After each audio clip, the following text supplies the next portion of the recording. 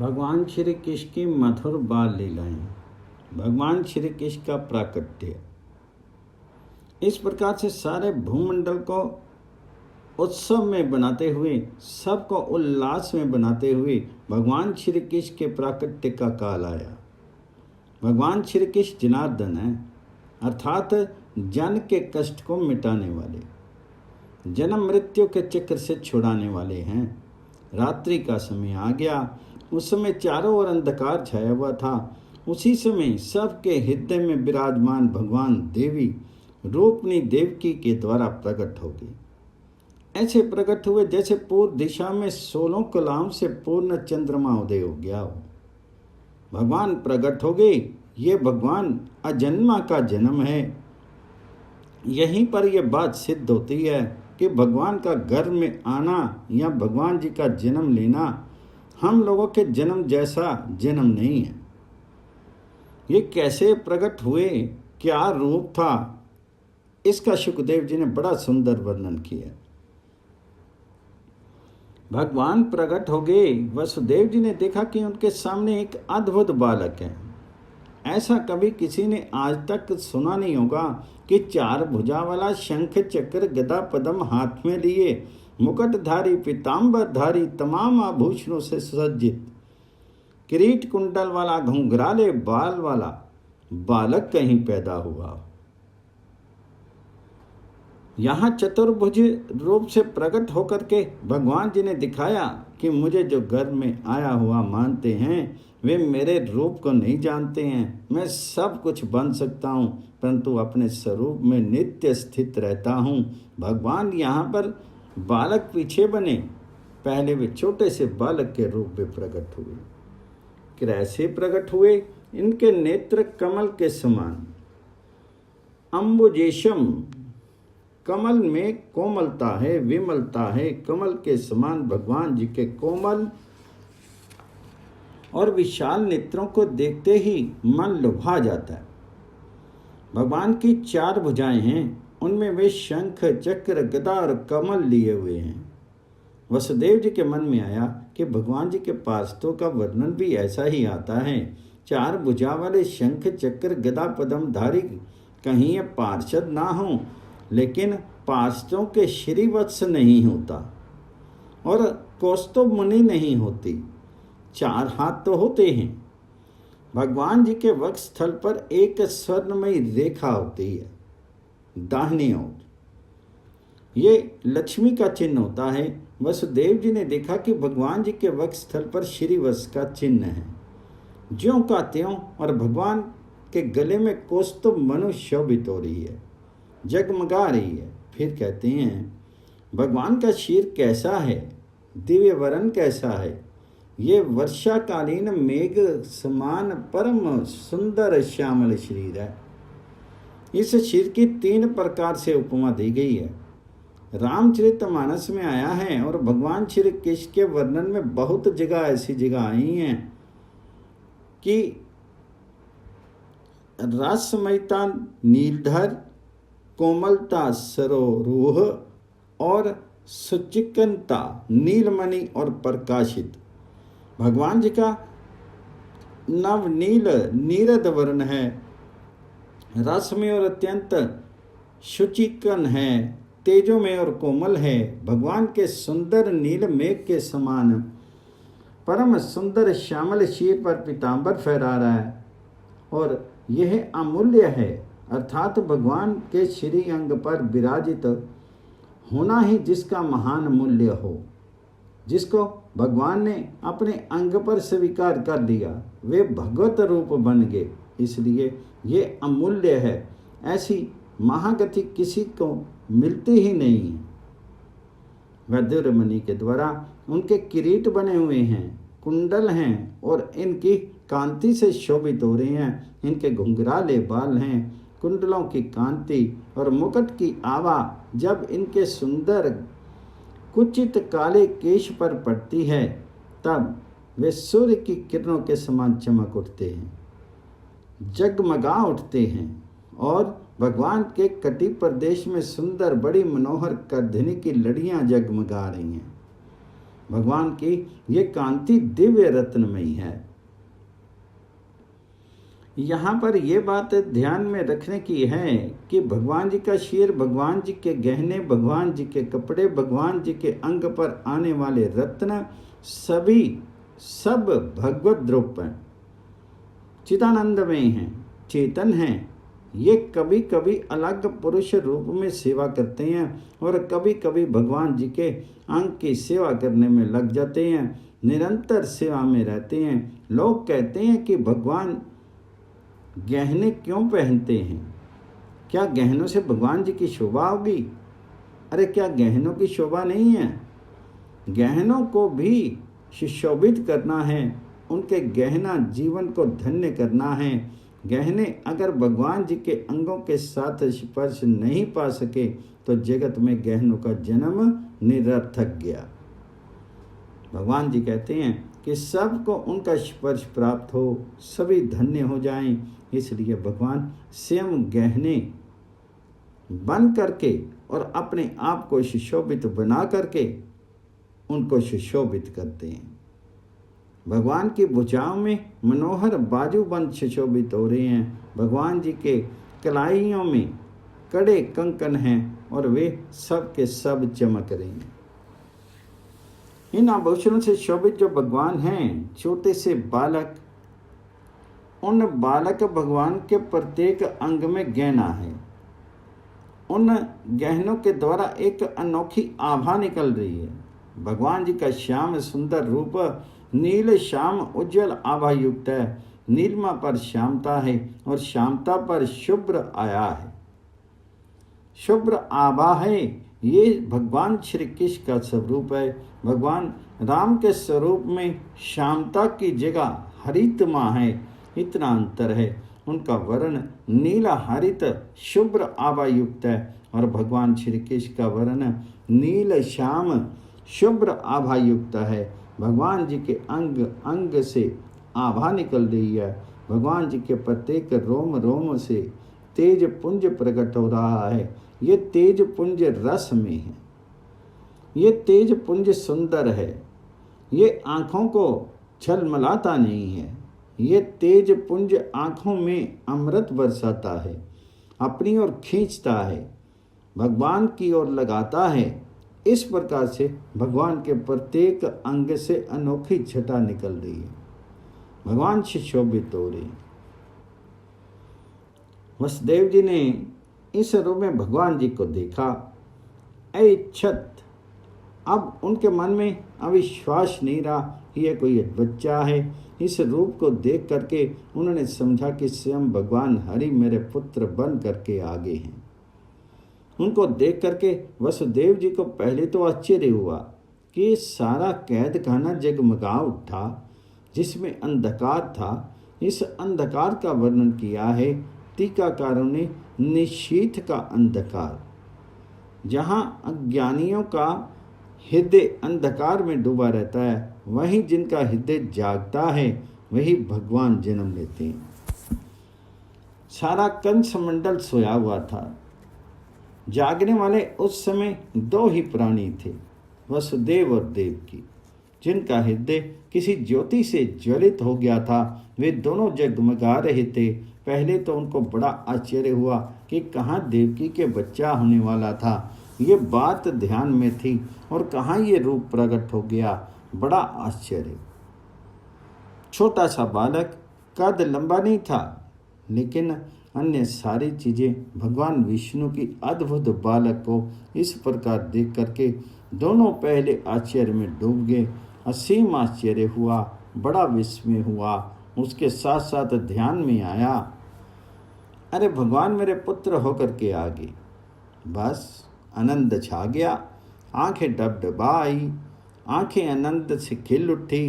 रोम रोम वसुदेव जी का आनंद में निमग्न हो गया।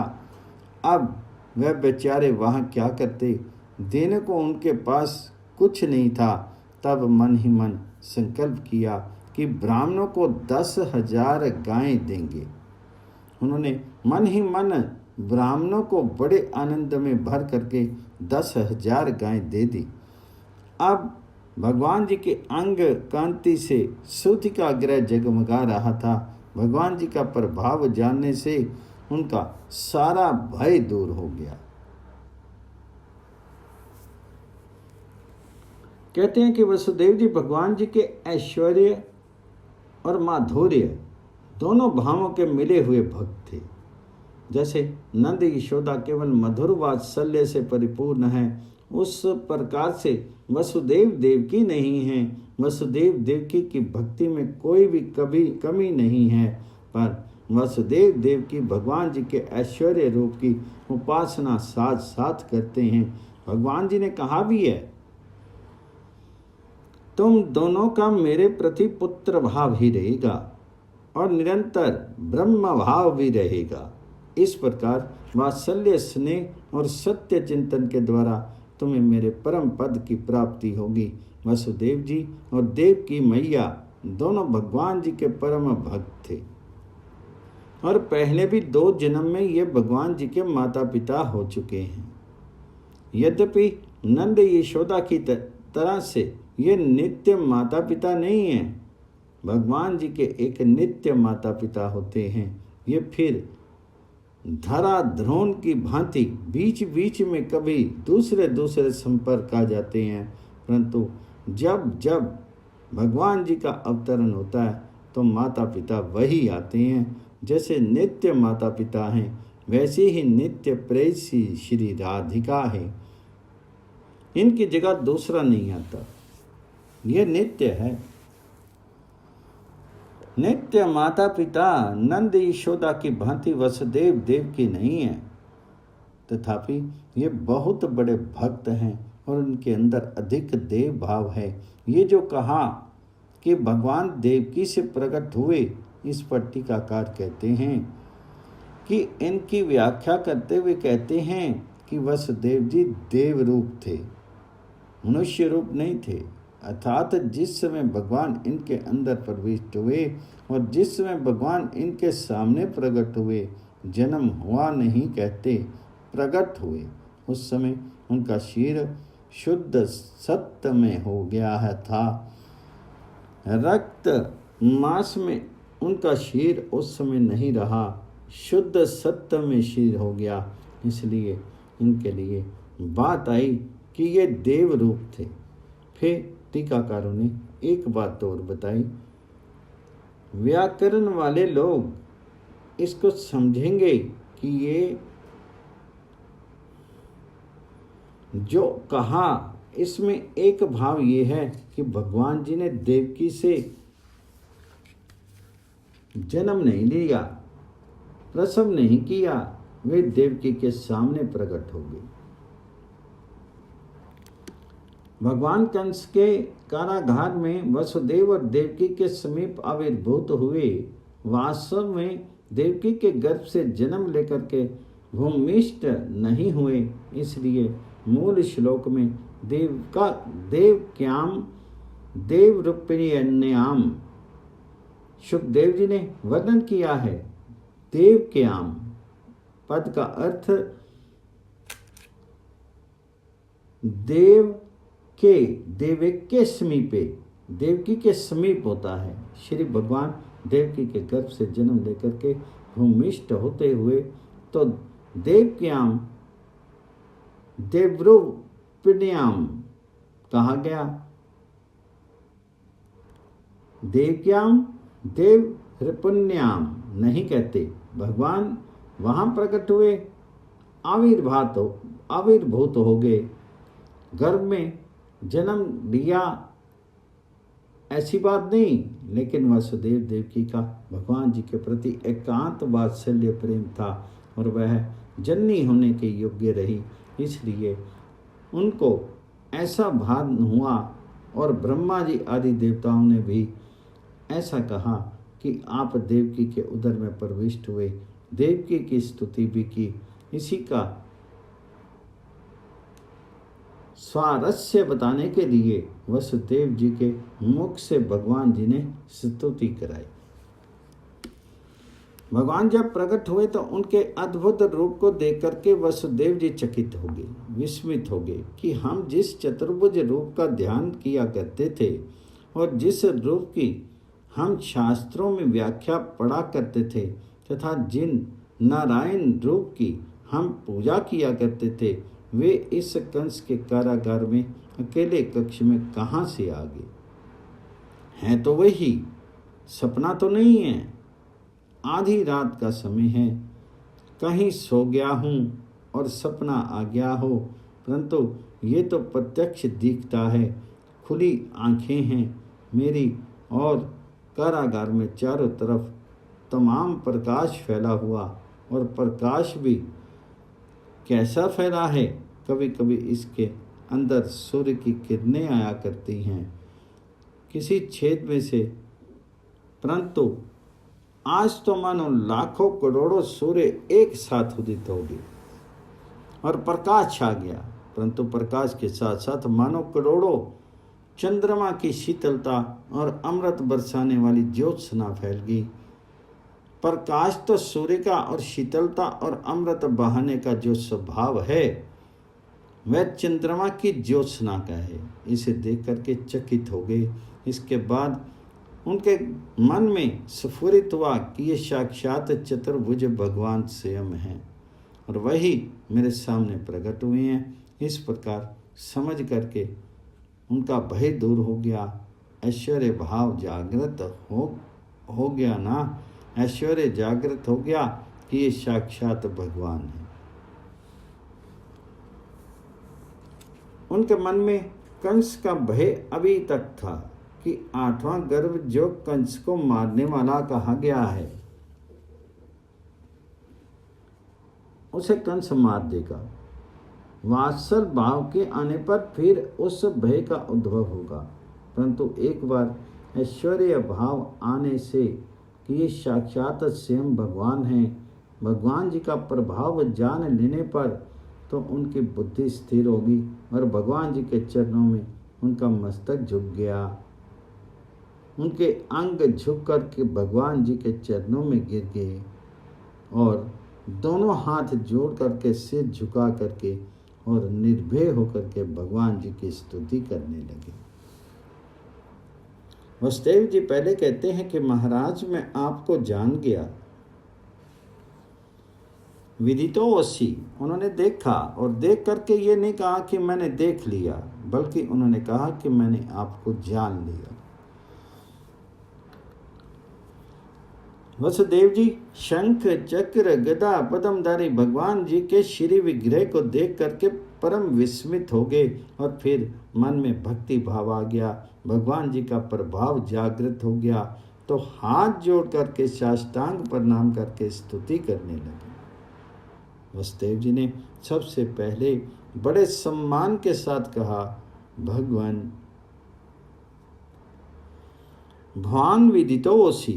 प्रभु मैं आपको जान गया, आप जो मेरे पिंड से अवतीर्ण हुए हैं उसे मैंने आपकी कृपा से जान लिया। ये मैंने देखा, परंतु सिर्फ देखा ही नहीं, देखने पर भी नहीं जानना होता है, मैंने जान लिया। श्रुतियों में आया है कि भगवान जी का रूप इन आंखों से नहीं देखा जाता है, तब क्या इसका ये अर्थ है कि भगवान जी के रूप नहीं है? भगवान अरूप हैं, रूप वाले नहीं हैं? ऐसी बात नहीं है। भगवान रूप वाले तो हैं, परंतु उनका रूप ऐसा विलक्षण है कि इन प्राकृत आंखों के सामने नहीं आया। ये प्राकृत आंखें उनको नहीं देख सकती। हम किसी वस्तु को देखते हैं तो देखने वाले हम हैं और हमारी आंखें।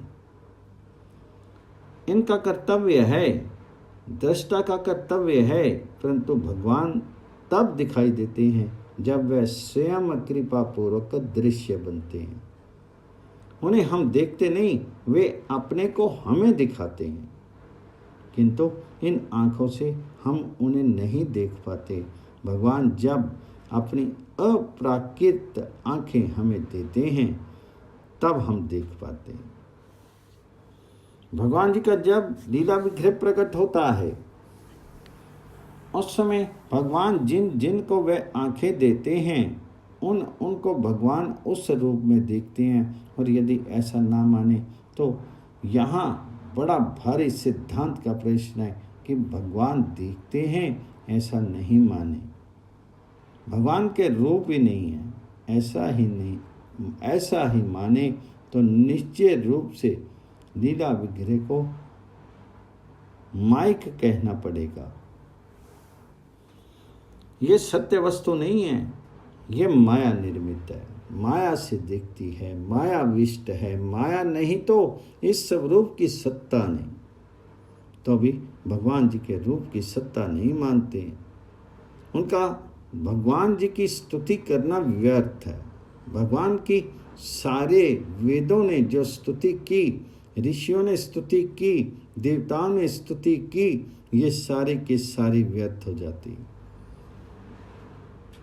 यदि ये मान लें कि उनका रूप देखने में नहीं आता, भगवान जी ने अर्जुन को विराट रूप दिखा करके स्वयं कहा है कि रूप तो है और इस रूप को देखने के लिए देवतागण नित्य आकांक्षी हैं। रूप ना हो तो देखने की आकांक्षा का कोई सवाल ही नहीं होता।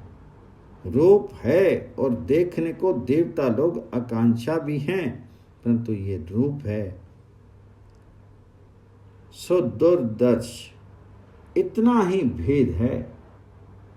ये जो हमारी प्राकृत आंखें हैं इनसे अगोचर है, इनके सामने नहीं आता है।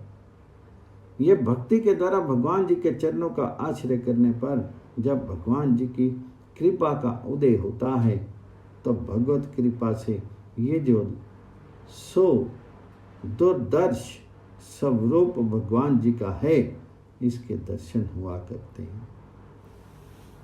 मैंने देख लिया, इस प्रकार की जो देखने वाला अहंकार की वाणी बोलता है उसको भगवान जी के दर्शन नहीं होते। भगवान कृपा करके अपने को दिखाते हैं तब देखते हैं।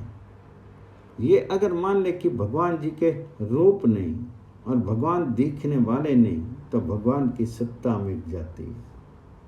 और भगवान जी की सत्ता शास्त्री या मनीषी जो मिटा देते हैं, ये तत्व ज्ञानी नहीं है, वे वास्तव में ज्ञान रहित ही हैं। अंधा कहे कि जगत में कोई दृश्य वस्तु नहीं है, और अंधे के कहने से क्या दृश्य का अभाव हो जाएगा? उसके पास देखने की शक्ति नहीं है, इसलिए उसे ये दृश्य वस्तुएं नहीं दिखती हैं, परंतु दृश्य वस्तुएं हैं और आंख वाले देखते हैं। इसी प्रकार से भगवान जी का जो श्री विग्रह है ये नित्य है, सत्य है, सनातन है और भगवत रूप है, परंतु भक्तों को ये दृष्टि गोचर होता है, अन्यों को नहीं होता है। और जो भगवान जी का रूप मानते ही नहीं है उनके लिए तो देखने का कोई प्रश्न नहीं आता। वे तो देखना चाहते ही नहीं हैं।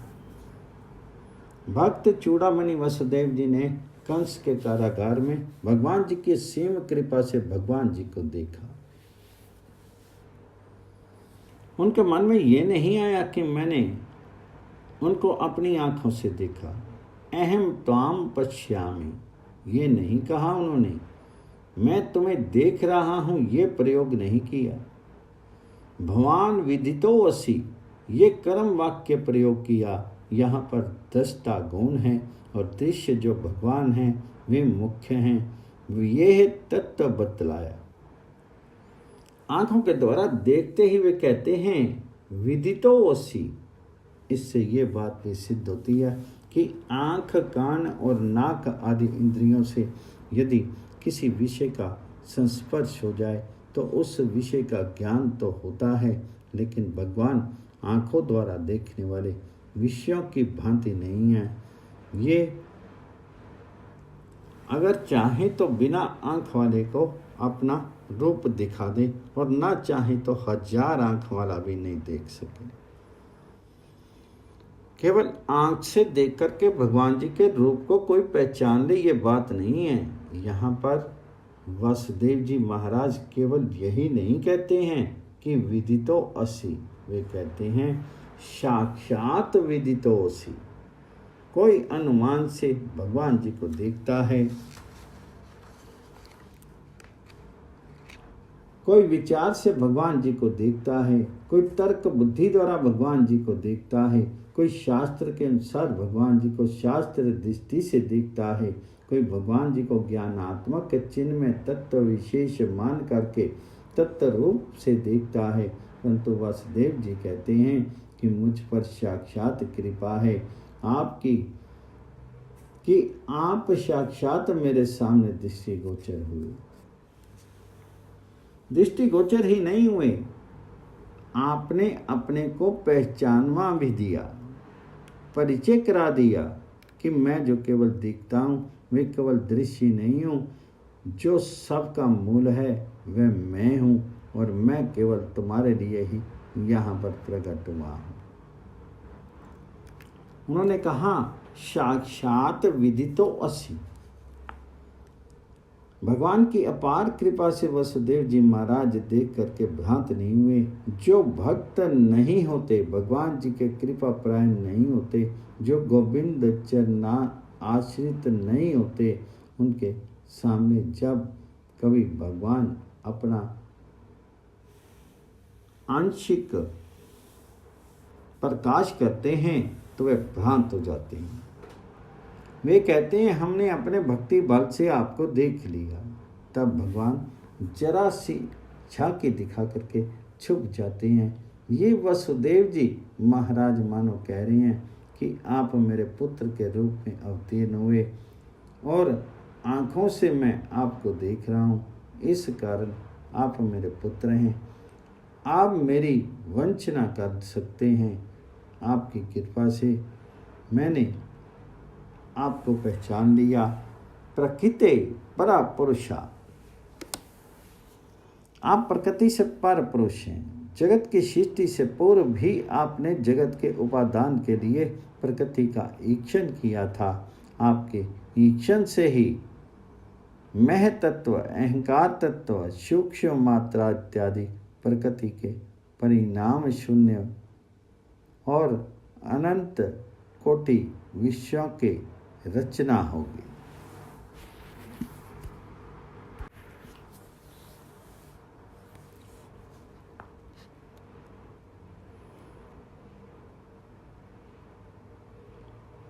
तत्तिच्छत बहुस्यायाम प्राजेयेति, ये श्रुति है। वसुदेव जी के ऊपर भगवान जी के अपार कृपा है, इसलिए वसुदेव जी के सामने भगवान स्वरूप से अभिव्यक्त हुए और उनको जिना दिया। वसुदेव फिर बताते हैं कि देखिए मैं कहाँ तक पहचान गया हूँ, आप हैं भगवान हैं और आप केवल अनुभव आनंद स्वरूप हैं। जैसे किसी वस्तु के साथ आँखों का संयोग होने पर उस वस्तु का चाक्षुष प्रत्यक्ष होता है। आँख देख लेती है कि ये खंबा है और ये आदमी है, इसमें कोई आश्चर्य की बात नहीं। भगवान जी के साथ वसुदेव जी की आँखों का संबंध तो हुआ ही, इसलिए भगवान जी ने प्रत्यक्ष किया। तब कहते हैं कि मैंने साक्षात देख लिया, इसमें कौन सी बड़ी बात। परंतु ऐसा नहीं है। कंस के कारागार में भगवान को देख करके सिद्धांत की स्फूर्ति हुई और ज्ञान हो गया। फिर बोले कि आप जो मेरे पुत्र रूप में अवतीर्ण हैं, ये केवल अनुभव आनंद स्वरूप है, अर्थात आपके अंदर दृष्टत्व का आरोप नहीं होता है, दृष्टा है। जो ज्ञेय वस्तु नहीं है वह स्वयं ज्ञान स्वरूप है। आदमी ज्ञेय वस्तु को इंद्रियों के संयोग से जान लेता है, परंतु जो ज्ञान है उसको क्या जाने। भगवान ज्ञेय नहीं है, परंतु यहाँ ज्ञेय होंगे, क्योंकि भगवान प्रेम सपद, प्रेम परवश है। इसलिए चाक्षुष प्रत्यक्ष ना होने पर भी भगवान जी का प्रत्यक्ष होना दुर्घट नहीं। यदि किसी के मन में संदेह पैदा हो तो फिर वे कहते हैं कि महाराज आप केवल अनुभव आनंद स्वरूपी नहीं हैं, आप सर्वबुद्धि दृक् हैं। जो कहते हैं कि बुद्धि के द्वारा मैंने भगवान जी को जान लिया, वे बुद्धि को देखने वाले हैं। आप सर्वंतर्यामी हैं, बुद्धि के साक्षी हैं। जो बुद्धि है उनको बुद्धि क्या जानेगी। जो लोग ये कहते हैं कि हमने बुद्धि के द्वारा जान लिया, हमने भगवान जी का आनंद प्राप्त कर लिया, मैंने भगवान जी को देख लिया, उनका ये कहना ठीक नहीं है। वसुदेव जी महाराज जानकर के भी ये कहते हैं कि मैंने आपको आपकी कृपा से देखा, आपकी कृपा से मैंने आपको जाना। ऐसा कह करके आप इनका विस्तार करते हैं। वासुदेव जी बोले महाराज कहते हैं कि आप देवकी के उदर में प्रवेश कर गए और उनका मूल रूप बताते हैं कि जब सृष्टि की आदि होती है उस समय आप रचना करते हैं जगत की, और फिर उसमें प्रविष्ट ना होने पर भी प्रविष्ट के समान जान पड़ते हैं। ये आपका स्वभाव है। जैसे महतत्व, अहंकार, पंच तन्मात्राएं जब अलग अलग रहती हैं तो उनकी शक्ति भी अलग अलग रहती, परंतु जब ये इंद्रियां 16 विकारों के साथ सम्मिलित होती हैं तो ब्रह्मांड बन जाता है, और उसमें आप प्रविष्ट हुए से जान पड़ते हैं। आप अगर ना प्रविष्ट हों तो ब्रह्मांड ही क्रियाशील ना हो, मुर्दा रहे। लेकिन ये बात नहीं है कि आपने प्रवेश किया, आप तो पहले से ही उसमें विद्यमान थे। जैसे सोने का गहना बना, मिट्टी की हांडी बनी, इसलिए अगर ये कहें कि उस मिट्टी की हांडी में वह मिट्टी प्रवेश कर गई, सोने के गहने से में सोना प्रवेश कर गया, ये बात नहीं। सोना तो था ही, मिट्टी तो थी ही, उसको हांडी का, गहने का आकार मिल गया। ठीक ऐसे ही बुद्धि के द्वारा केवल गुणों के लक्षणों का अनुमान किया जाता है। इंद्रियों के द्वारा केवल गुण में विषय प्रत्यक्ष होते हैं। आप उनमें पहले भी थे और अब भी हैं।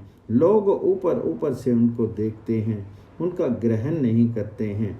असल में आप ही सत्य हैं, आप ही बुद्धि के साक्षी हैं, आप ही अंतर्यामी हैं। गुणों का आवरण आपको ढक नहीं सकता है। आप ना बाहर ना भीतर, सर्वत्र आप ही आप हैं। परंतु नाम किसी लिए प्रवेश करें। मैं आपके श्रीमुख को देख करके ये नहीं मानता कि दृश्य है, ये दृश्य है, ये तो अज्ञानी मानते हैं। जो अपने दृश्य गुणों को पृथक मान करके सत्य मानते हैं वे अज्ञानी हैं।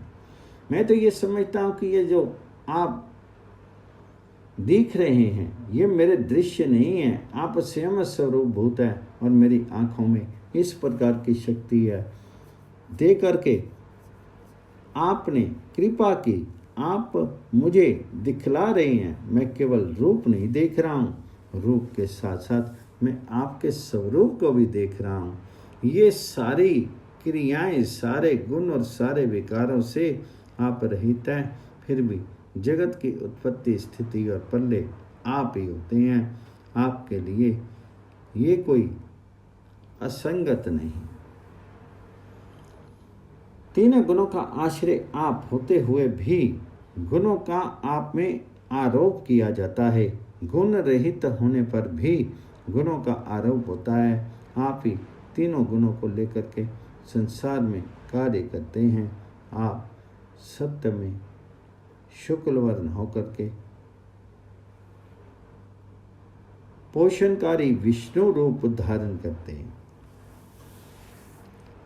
राज प्रधान रक्त वर्ण होकर आप ब्रह्मा रूप से सृजन करते हैं और प्रलय के समय तमोगुण प्रधान कृष्ण वर्ण होकर के संहार करना स्वीकार करते हैं। इसलिए आप सबके स्वामी हैं, आपसे ही ये जगत बना है, जगत में आप ही प्रविष्ट हैं। मैंने आपको पहचान लिया, लेकिन अब फिर वसुदेव जी कहते हैं कि क्या आप प्रविष्ट नहीं हुए, आप नहीं आए? तो वसुदेव जी स्वयं बोले, आए। आप सर्वे समर्थ हैं, आप ना आकर के भी आते हैं और आकर के भी नहीं दिखाई देते। आप सबके स्वामी हैं, सर्वशक्तिमान हैं, परंतु सबकी रक्षा करने वाले हैं। ये होते हुए भी वसुदेव जी ने वात्सल्य भाव आ गया। यही नंद यशोदा में और यहाँ अंतर है।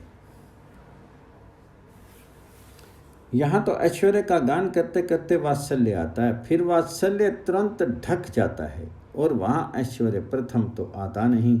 लेकिन कभी कभी माधुर्य की सेवा के लिए ऐश्वर्य आता है। कभी कभी बीच में जब माधुर्य में कोई विघ्न पड़ता है तो भगवान की ऐश्वर्य शक्ति उस विघ्न को नहीं सहन कर सकने के कारण वहाँ पर प्रकट हो जाती है विघ्न को हटाने के लिए। परंतु ऐश्वर्य शक्ति वहाँ जागृत ना रह जाए, इसलिए स्वयं भगवान पर्दा डाल देते हैं। यहाँ भगवान आकर के बताएंगे कि मैं भगवान हूँ, चतुर्भुज रूप दिखाया और फिर अपने मुंह से बताएंगे कि मैं भगवान हूँ, मैं ब्रह्म हूँ। इसके बाद भी उनके मन में कंस का भय आ जाएगा और छुप जाएंगे। भगवान जानने पर भी भय और वहाँ पर नंद यशोदा का भगवान जानने की आवश्यकता नहीं। वहाँ पर कहीं भगवान जी को जान जाए तो सारा का सारा रहस्य भंग हो जाए। इसलिए वहाँ केवल विशुद्ध अनुराग है। ये बात बहुत समझने की है। विशुद्ध अनुराग और भगवान जी का ऐश्वर्य प्रेम, इसमें बड़ा अंतर है। विशुद्ध अनुराग में भगवान जी की आवश्यकता नहीं है, वह अनुराग ही भगवान है। वहाँ पर ये बात नहीं है, देखी जाती है। जिससे हम अनुराग करते हैं, जिसमें प्रेम करते हैं, वे कौन हैं, वे कौन हैं, ऐसा समझ करके अगर प्रेम होता है तो प्रेम करने योग्य कोई ऐश्वर्यशाली गुणशाली वस्तु ही उससे प्रेम होता है।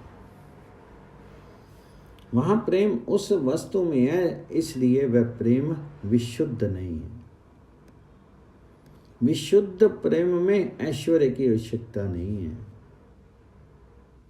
गुण रहितम कामना रहितम, जो विशुद्ध अनुराग होता है वह गुण रहित होता है, कामना रहित होता है। जो असली प्रेम होता है, निस्वार्थ प्रेम होता है, वह सच्चा प्रेम होता है। वह ये नहीं देखता कि ये जो प्रेमस्पद है ये कौन है। ये तो प्रेम के लिए प्रेम करता है। नंद यशोदा का जो प्रेम है, उस प्रेम में भगवान जी की ऐश्वर्य शक्ति का विकास नहीं है, बल्कि बार बार वे उसे छिपाते हैं। यदि ऐश्वर्य शक्ति कहीं प्रकट होती है तो भगवान छिपाते हैं। यशोदा मैया ने भगवान जी के श्री मुख में तमाम विश्व ब्रह्मांडों को देखा। उन्होंने देखा कि मुख में ही अनंत विश्व हैं और उसमें ये जम्बू द्वीप है, भारतवर्ष है, उसमें ये मथुरा मंडल है और उसमें गोकुल है, उसमें नंद ग्रह है, उसमें वह कक्ष है और उसमें भगवान और यशोदा मैया है। एक बार जरा सा ऐश्वर्य आया तो भगवान ने देखा कि यहाँ पर मामला बिगड़ा। तत्काल मैया के मन में आ गया कि राक्षस लोग बहुत आते हैं, उनकी ये कोई माया है, ये किसी राक्षस का कोई उपद्रव होगा। ब्राह्मणों को बुलाओ और सस्ती वाचन कराओ। उनके मन में ये देख करके कि ऐश्वर्य नहीं आया और यहाँ पर तो भगवान जी का ऐश्वर्य देख लिया और कहते हैं कि जान गया।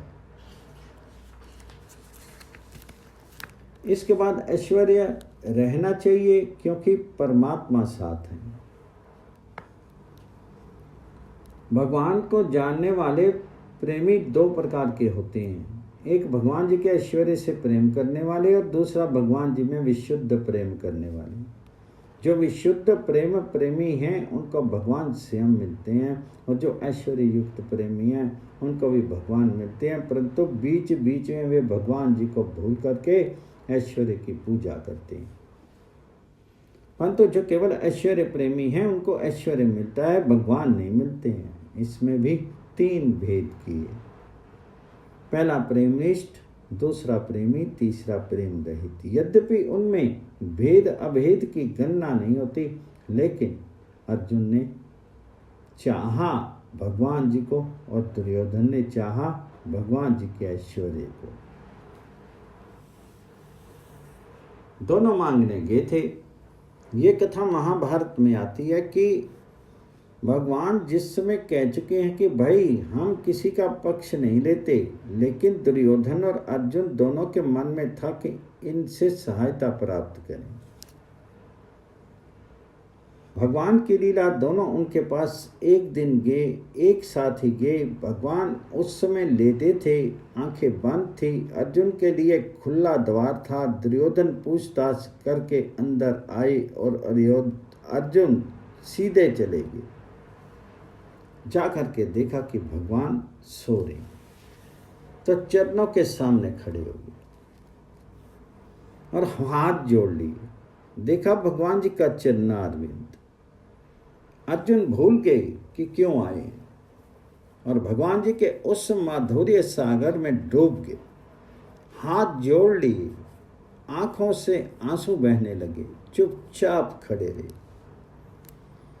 दुर्योधन आया और देखा कि अर्जुन तो पहले से ही खड़ा है और ये सो रहा है, तो जगाना ठीक नहीं, क्योंकि मांगने आए हैं, जागेगा तब बात करेंगे। उसने सोचा कि बैठ जाए।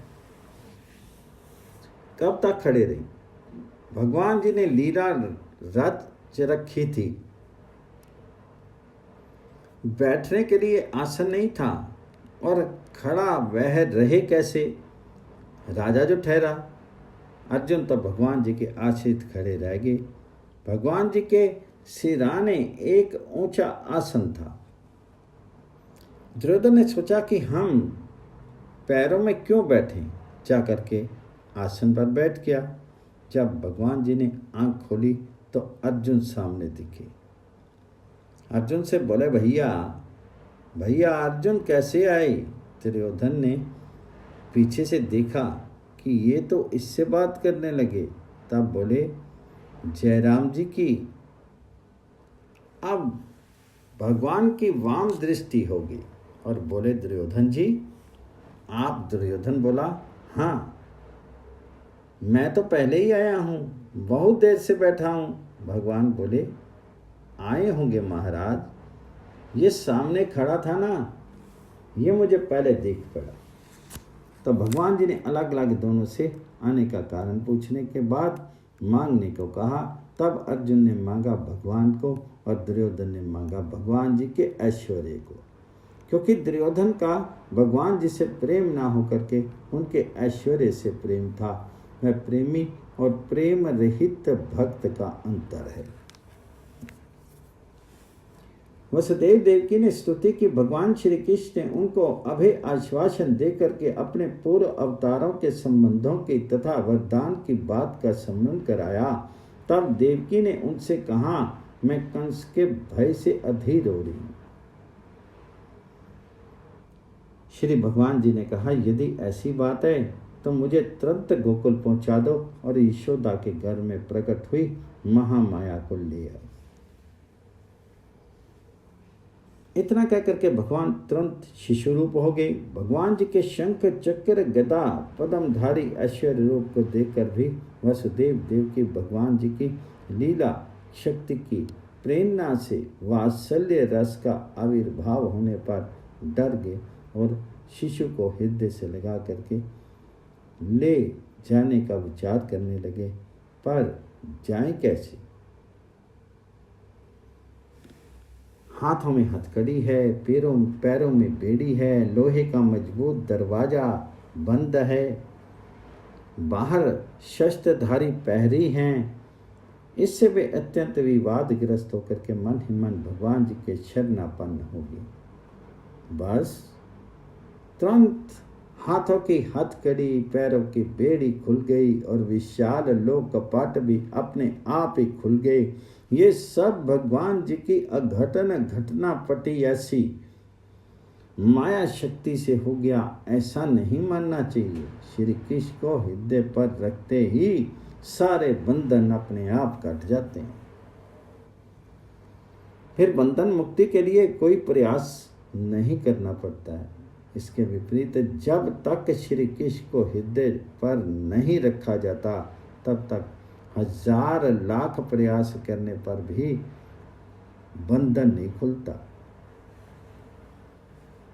माया की सांकलों से हाथ पैर और गले में बंधा हुआ बहिर्मुख जीव कामना वासना में बंद दृढ़ लोक कपाटों के अंदर संसार के कारागार में पड़ा रहता है। काम क्रोध आदि शत्रु सदा उस कैद खाने पर पहरा लगाए रखते हैं। अतः वह जीव किसी प्रकार भी कैद से नहीं छूट सकता। पर जब वसुदेव जी की भांति वह श्री कृष्ण की छाती से चिपक करके ब्रज की राह पर चल देता है, तब माया मोह की सारी हथकड़ी बेड़ी खुल जाती हैं। काम क्रोध आदि पहरेदार सो जाते हैं। कामना वासना के कपाट खुल जाते हैं। बिना प्रयास के ही संसार बंधन से उसे मुक्ति मिल जाती है। भगवान वासुदेव की गोद में आकर के जगत को इस बात का संकेत कर रही है।